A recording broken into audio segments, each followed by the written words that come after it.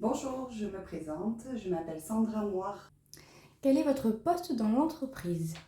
Je suis responsable de secteur à la Fait-Service depuis mars 2022. Quel est votre parcours professionnel? Alors, mon parcours professionnel, ça fait 11 ans, bientôt 12, que je suis rentrée dans le secteur de l'aide à domicile. Je suis rentrée à la base en tant qu'aide ménagère. J'intervenais auprès d'un public actif, c'est-à-dire j'effectuais le ménage, le repassage et la garde d'enfants. Puis j'ai pu intégrer le poste d'aide à domicile car mon ancien employeur a fusionné avec une structure qui avait l'agrément pour intervenir auprès d'un public fragile dépendant.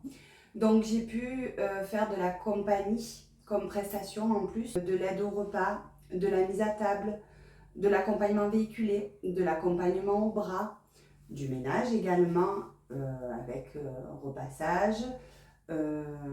Mais ce poste-là m'a complété dans le sens où il y a plus d'interaction avec la personne, on est plus dans le relationnel.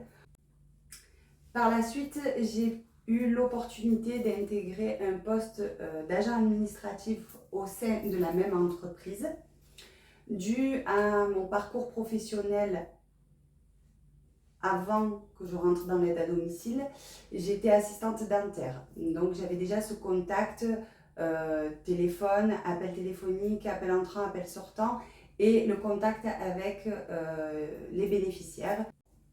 Alors, mes missions, elles étaient d'émettre, de réceptionner les appels, de renseigner sur les plannings, c'est-à-dire qu'un bénéficiaire m'appelle et me demande quel jour la salariée va intervenir. Je faisais aussi du classement, je faisais la prise de rendez-vous. Voyant que ce secteur d'activité me plaisait de plus en plus, mon employeur m'a proposé d'évoluer, mais la condition c'était que je passe mon bac ASSP en VAE. C'est ce que j'ai fait, je l'ai eu et j'en suis fière.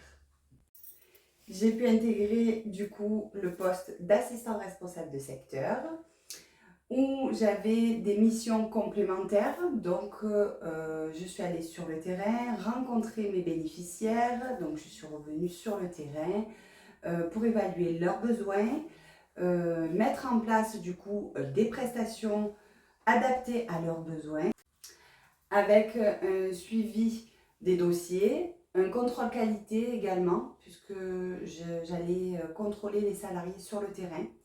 Par la suite, j'ai pu proposer aussi mes services en tant que formatrice dû à mon parcours professionnel. J'ai pu former des salariés au repassage et au ménage. Pour finir mon parcours, j'ai postulé à la Fait-Service en tant que responsable de secteur. J'ai eu le poste. Aujourd'hui, mes missions sont de gérer plus les placements définitifs que le quotidien, car j'ai une assistante responsable de secteur et un agent administratif à mes côtés qui m'aide pour la gestion du quotidien. Moi, je vais toujours évaluer les besoins au domicile des bénéficiaires, mettre en place des nouveaux contrats, faire le suivi des dossiers.